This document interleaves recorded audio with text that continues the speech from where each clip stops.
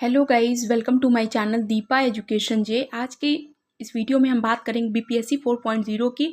आपका जो 40 नंबर का जीके का प्रश्न आते हैं 40 मार्क्स के, उनके संबंध में ये वीडियो होने वाला है। तो अगर आपको ये वीडियो मेरा कंटेंट पसंद आए तो प्लीज़ चैनल को लाइक करें, सब्सक्राइब करें, शेयर करें। Let's start.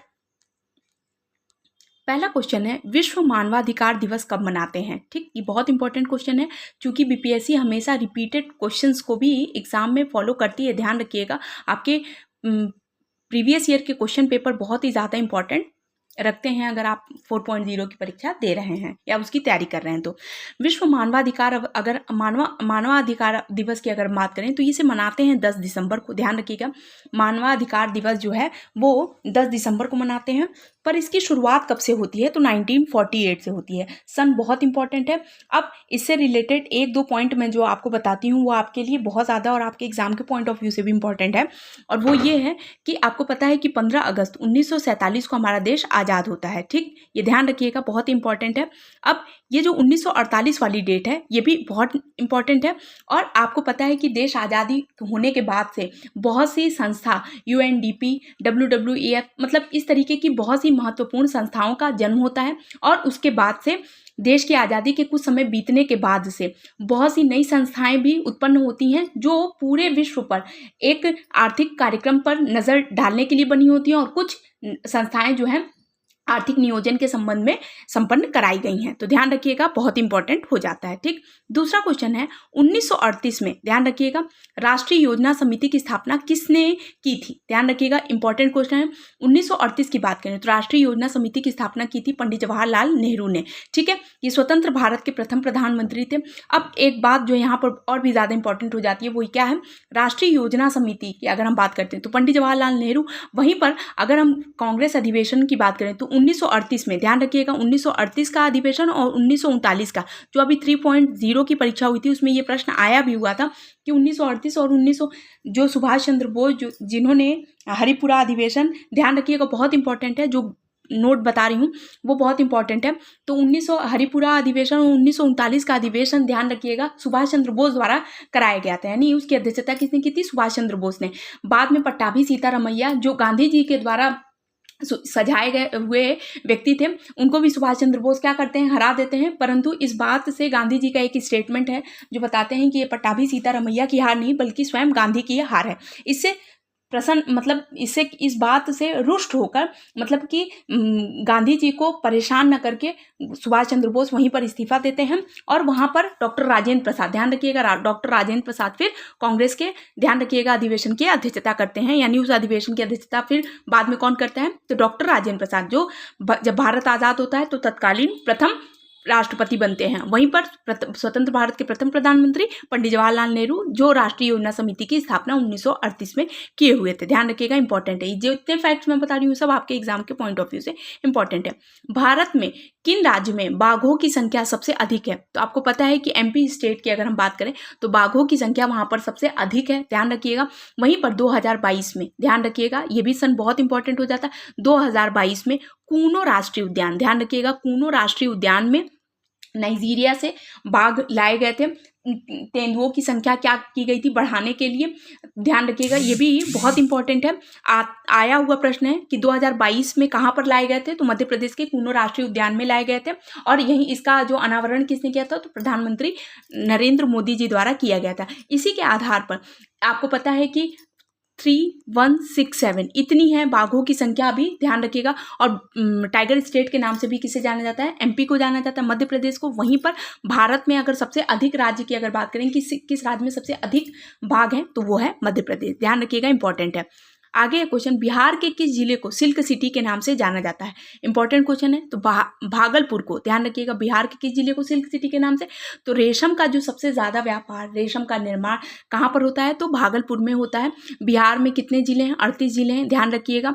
इसकी स्थापना कब होती है? ये भी बहुत इंपॉर्टेंट होती है। तो देखिए 1912 का जो सन है ये बहुत इंपॉर्टेंट है। उस समय बिहार में उड़ीसा भी शामिल था, झारखंड वगैरह सारे छोटे छोटे जो जिले उस समय थे वो सब शामिल थे। 1936 में, ध्यान रखिएगा, 1936 में बिहार उड़ीसा को जो है अलग राज्य बनता है 1 अप्रैल से, ध्यान रखिएगा। और वहीं पर जो है बिहार क्या होता है, एक अलग स्वतंत्र राज्य स्थापित होता है। और वहीं पर झारखंड की बात करें तो सन 2000 में झारखंड क्या होता है, अलग राज्य बनता है। और झारखंड की अगर हम बात करें तो बिहार का, यहाँ इसे ऐसे समझेंगे तो बिहार का अगर हम स्टेट को, बिहार के नक्शे को समझेंगे तो बिहार का नक्शा कुछ इस तरीके से है। तो झारखंड राज्य बना 2000 में, और यहाँ पर जो है ये वाला एरिया जो है वो झारखंड यानी बिहार का दक्षिणी एरिया जो सबसे ज़्यादा खनिज संसाधन से, बिल्कुल उत्पादन से, संसाधन से परिपूर्ण था, वो राज्य हटकर क्या बन गया, झारखंड। इसीलिए आज झारखंड के रूर प्रदेशों को जो है, वहाँ का रूर प्रदेश झारखंड को कहा जाता है। वहाँ पर छोटा नागपुर का पठार और जैसे बहुत से खनिज संप्राय वाले क्षेत्र जो हैं वो बिहार के दक्षिण वाले जिले में थे, दक्षिण वाले जगह पर थे, जो अब ये हटकर क्या हो गया, झारखंड बन गया। यानी अगर ओवरऑल बात करें तो भारत में सबसे ज़्यादा खनिज जो होता है वो झारखंड में होता है। इसके अलावा उड़ीसा में भी, पश्चिम बंगाल में भी कोयला उत्पादन आपको पता है कि होता है। रानीगंज क्षेत्र में पश्चिम बंगाल में कोयले का उत्पादन होता है। कोयले में भी सबसे जो बेस्ट क्वालिटी का कोयला होता है वो जम्मू कश्मीर, अभी राजस्थान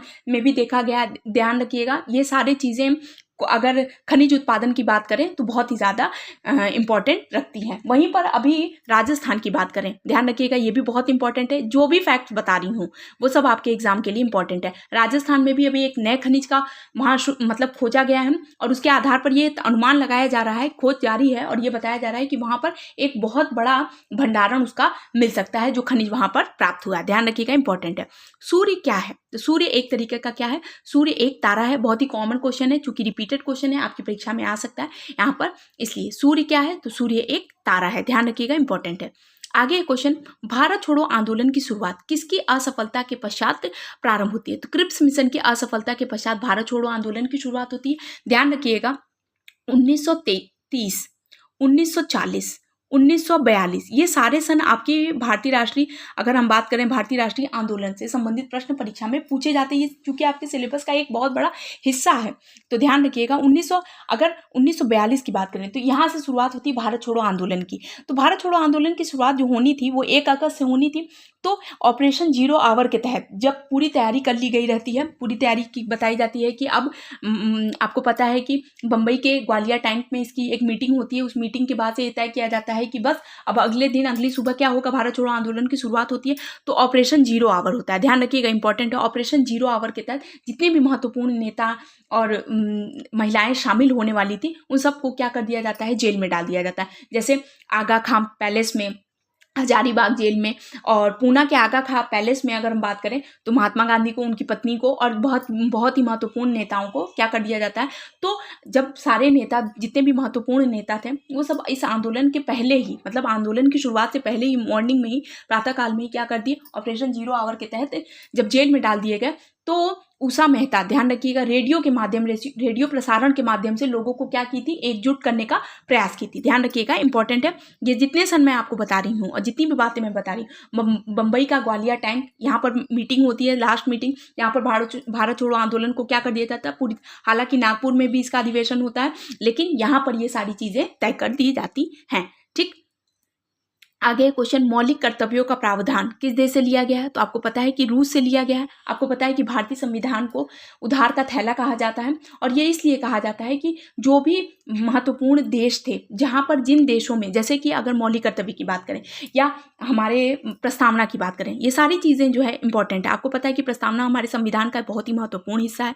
प्रस्तावना हो गया, मौलिक कर्तव्य हो गया, संविधान संशोधन की प्रक्रिया हो गई, ये जितने भी देश थे, जितनी भी कंट्रियाँ थी, उस कंट्री में जब भारत का संविधान का निर्माण किया जाने लगा, तो आपको पता है कि ये संविधान का निर्माण एक दिन में तो हुआ नहीं था, उसके लिए कई सालों से प्रयास किए जा रहे थे। और भारत स्वतंत्र होने से पहले ही पंडित जवाहरलाल नेहरू, महात्मा गांधी, सुभाष चंद्र बोस जैसे बहुत ही महत्वपूर्ण नेता थे, अपने अपने नज़रिए रख रहे थे, अपने अपने तरीके रख रहे थे कि किस तरीके से, कि अगर आज़ादी होती है तो किसी भी तरीके का एक संविधान, क्योंकि आपको पता है कि 1993 की बात करें अगर हम, तो 1993 में आपको पता है कि क्या होता है, दक्षिण अफ्रीका में क्या होता है, वहाँ पर अश्वेत लोगों के साथ क्या होता है, पूरी तरीके से बुरी तरीके से शोषण होता है गोरे लोगों द्वारा। वहाँ पर गोरे लोगों की संख्या अल्पसंख्यक होते हैं, यानी कम लोगों जो अल्पसंख्यक है वो बहुसंख्यक पर क्या कर रहे थे, शोषण कर रहे थे।